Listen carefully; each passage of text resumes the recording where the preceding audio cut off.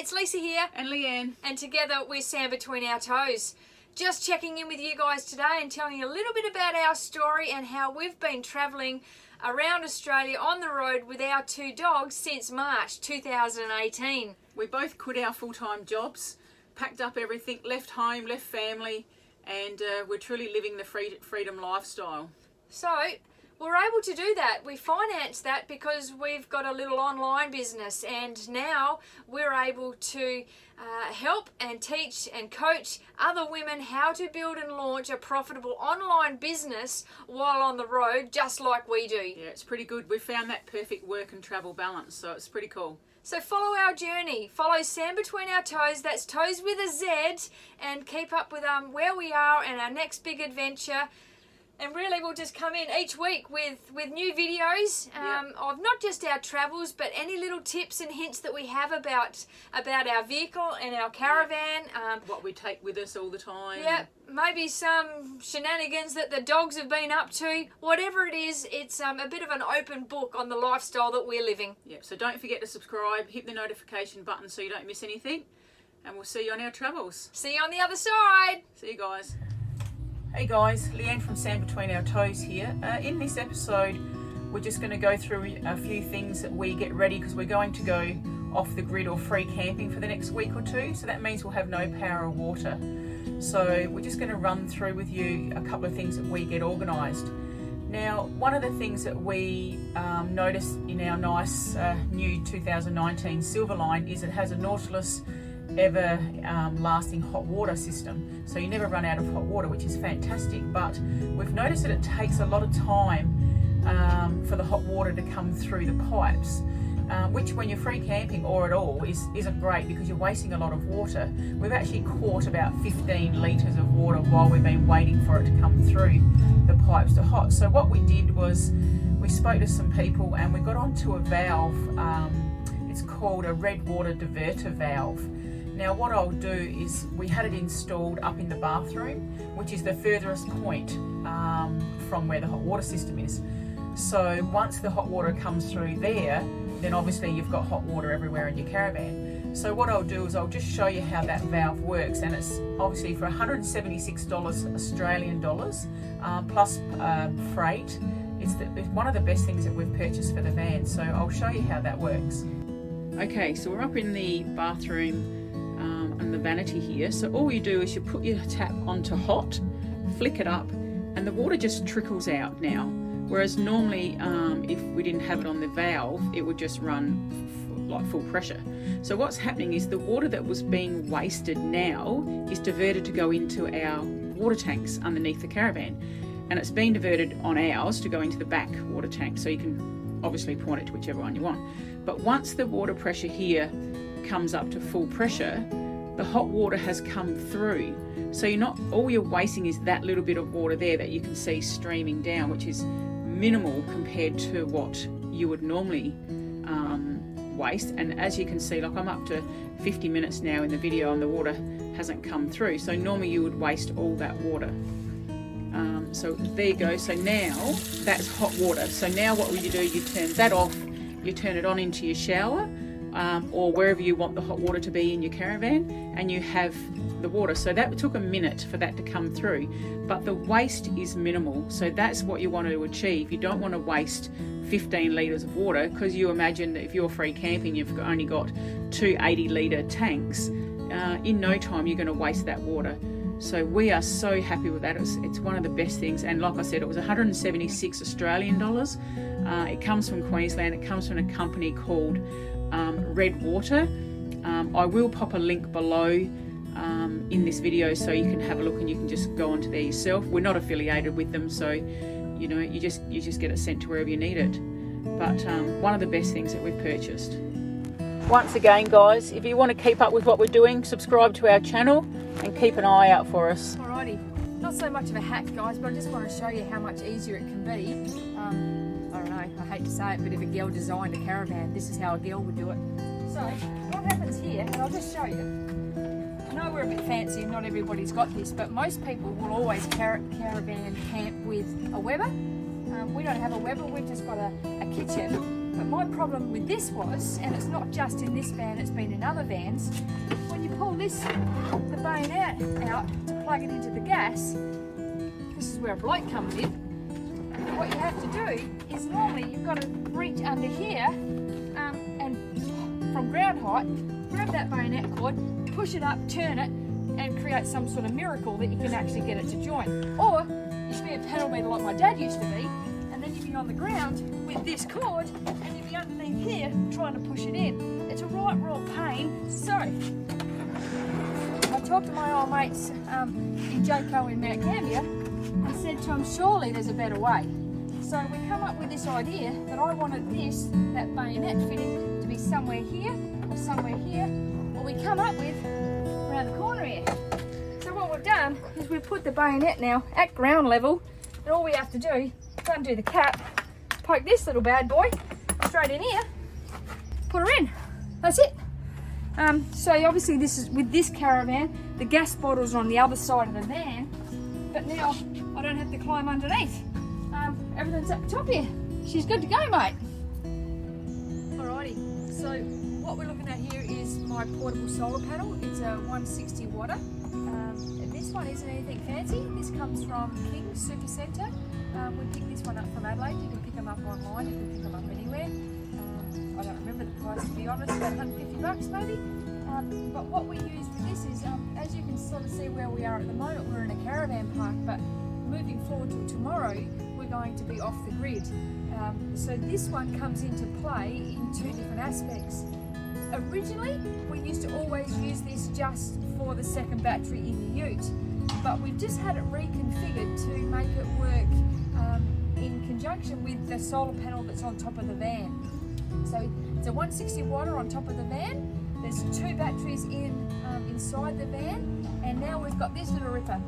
The difference is, if Leanne, if you want to come around the back here, to make this one work safely and be compliant for the Caravan, what it comes with is just this one controller that, now hang with me because it's going to be a little bit confusing. Normally this box wouldn't be there, and it would only be this one. And then this Anderson plug just plugs straight into, and I'll undo it all so you can just see.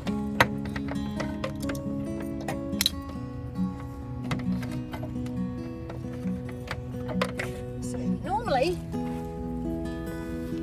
this solar panel with the Anderson just comes on over and it gets plugged into the Anderson that's on the A-frame there, and I'll show you that in a sec.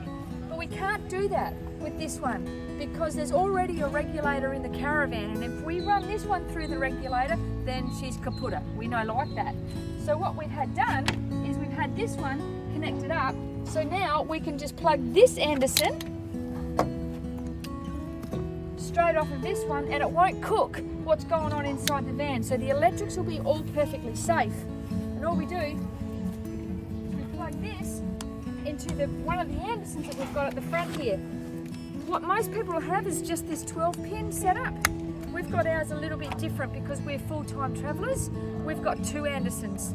One of them, with the red on, is for our fridge. So when we're plugged in to the car, this one goes into the car, but this one here is for the battery, and that's the battery that's inside the van. So when we're pulled up, we're stationary and we're free camping, that is, without 240-volt power, all we do is plug this little beauty into here, turn our panel around to maximise the sun, pull our legs out,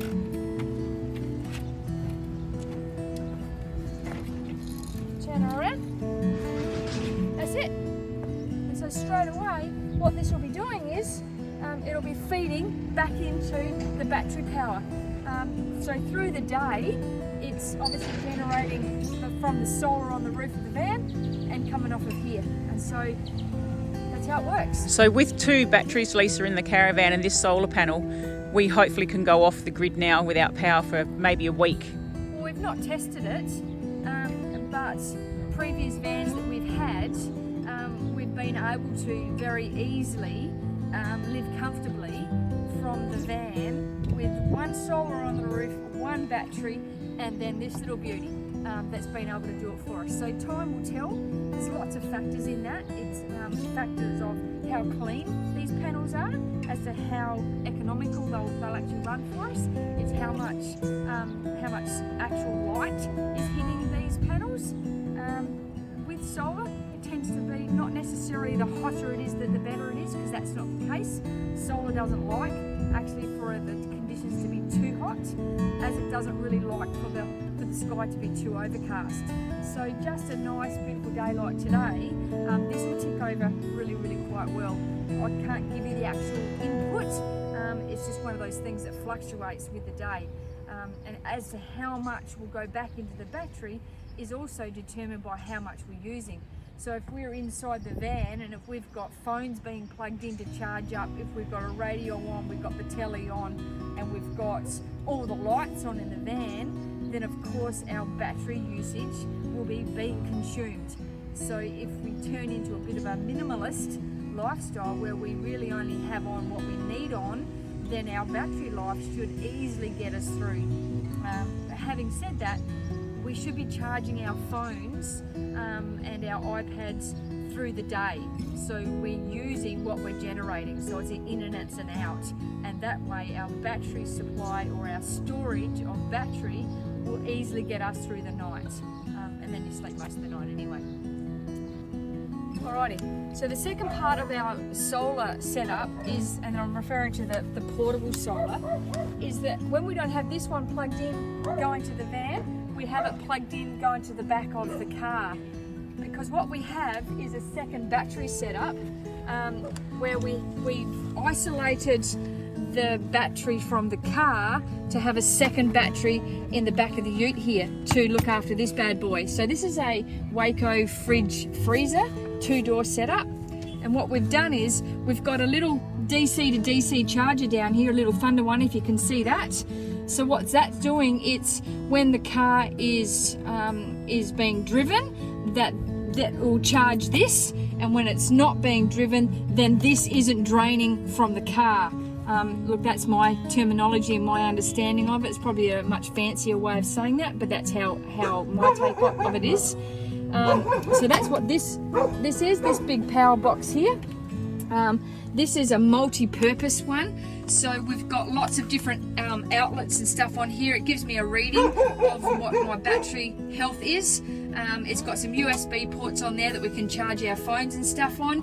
On the other side here, it might be a little bit difficult for you to see, but on the other side here, we have the ability of being able to plug in a 240 volt appliance if we wanted to. And that's where we've also got an Anderson plug running out of there, and it runs to the back of the car here, where it's got an Anderson plugged in here as well. Cooper. And so that's what that is.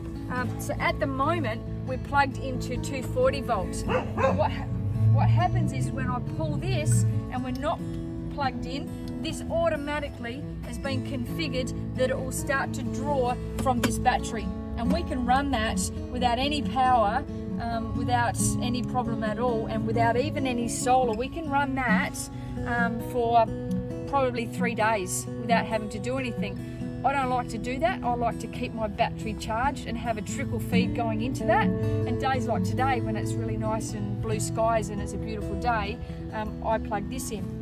So all I do with that is grab my Anderson that's got the regulator on it. At the back here, I put this little double adapter on. So this gets plugged into here. It plugs into my battery, and then on the other outlet, it plugs into my solar. So my battery is feeding the fridge to keep that going, and the solar is feeding back into the battery. So it's just like a continuous cycle, and that's what we do. When that's plugged in, on that little LED screen that you could see before with my battery life, that will show how much power is actually coming back in, or how much solar is coming back in. And that's how we run it. Alrighty, and just the last thing that we'll cover for today in preparation for us being able to go off the grid. Even though it's beautiful blue skies today and it's quite warm, overnight temperatures are still quite cool. So what we've done is, because again we won't have 240 volt power, so we've put this guy in. This is a diesel tank here, and all the plumbing and everything for it is around the other side there. Around the other side is just an exhaust and the filter and the fuel line.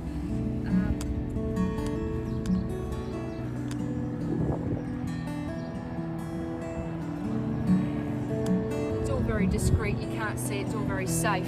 It's the same as behind our stone guard here. That's very safe.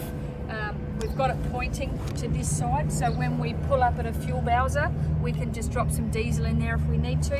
And all that's inside is the actual unit itself and a duct, just an air duct that blows out. And all that means is at night time when we get cold, we just push a button on the remote, we set the temperature to whatever we want, we push it to go, and that warms up the whole cabin of the van very nicely to a point where you can be in your shorts and t-shirts inside if you chose to.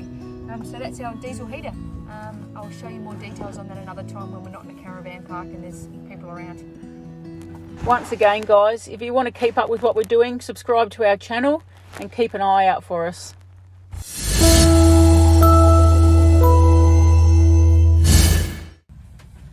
Okay guys, so that's a few things that we get organised when we're going off the grid and we're not going to have power and water.